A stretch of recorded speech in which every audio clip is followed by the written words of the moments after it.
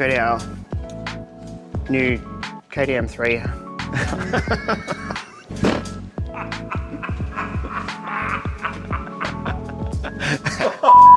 G'day guys, Chris here from B&B Off-Road. We've got our KTM 390 2025 model bash plate here. I'm going to give you a rundown on how to install it. But first, just let you know that it's constructed from 5mm thick 5083 structural grade aluminium for the base and 4mm for the wings. The rear mounting is rubber insulated, and the front bracket is made from 4mm thick zinc plated steel and rubber cushions stuck to the main mounts. And the rear mounting bracket is also made from 4mm thick mild steel. Alright, let's get into it. You want to remove the genuine rear mounting bracket, the front mounting bracket, but leaving the front cradle section there. We're going to use that just to stop the rotation of our front bracket. You also want to remove the front engine mount bolt here and the spacers that are in here. So I'm going to position the front mounting bracket. Once you get that position, I'm going to start with putting a couple bolts in the bottom here, and that'll hold it into position. So we've got our 16mm cap head bolts here.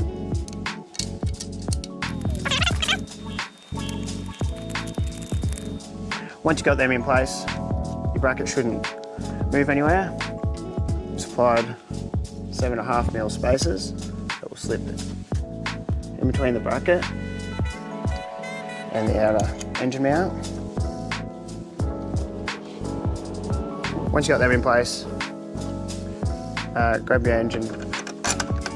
Well, you may need a mallet to get it through.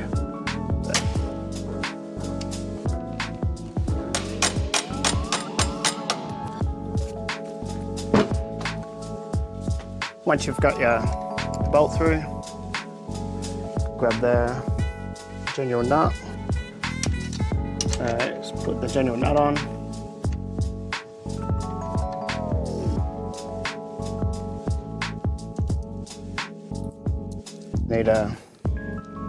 We got 15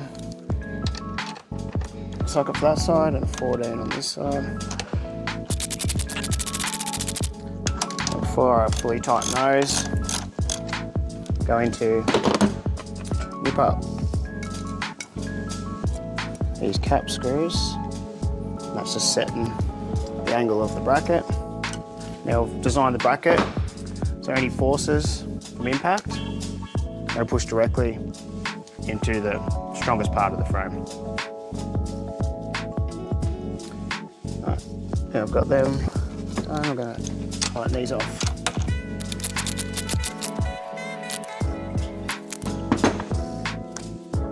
Alright, now we've got that one done, go on to the rear bracket.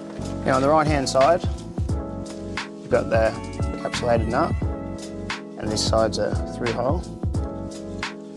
So I'm going to position the bracket, tapered tabs, the tapered section of the tab I should say, points to the front. Now, we give you two options, bolt options for these ones. If you don't have, if you've got a long ball-ended 5mm T-handle, it'll make the installation much easier because you got better access. We've also put this notch in the base of the bracket there, so you will fit a 10mm spanner in here to tighten up this mount, and we supply the flange bolts. So for this installation, I'm going to use the cap screws and the ball-ended T-handle.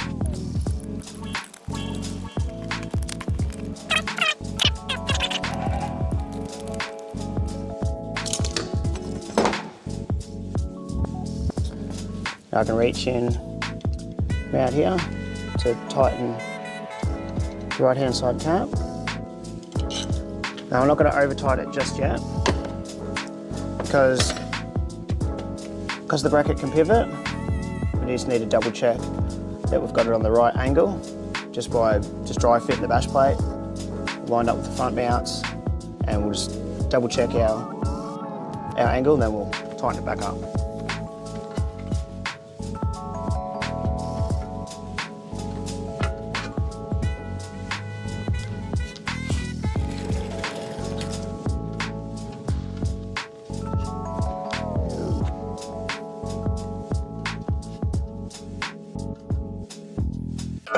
That looks good there.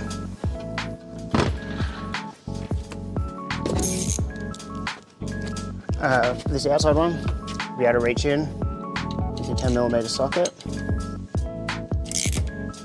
Just nip up that flange nut. If you're lucky, it won't spin.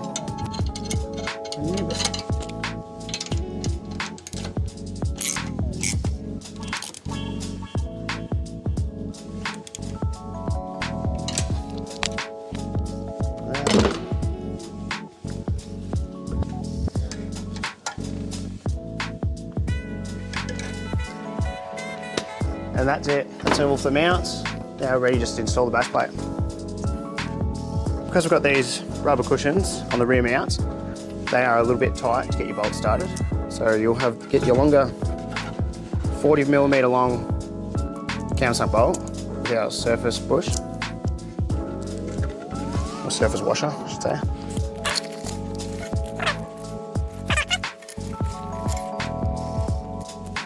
Jump over through like 5mm.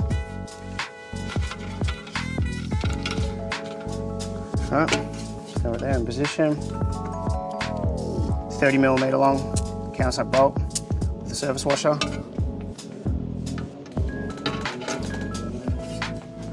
Get in position. It's going to get front started a couple threads.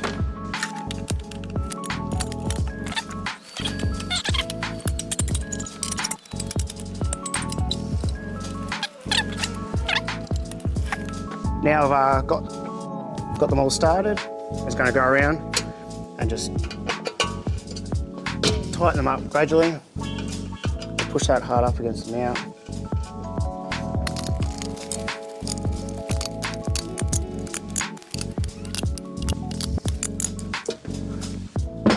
There you have it.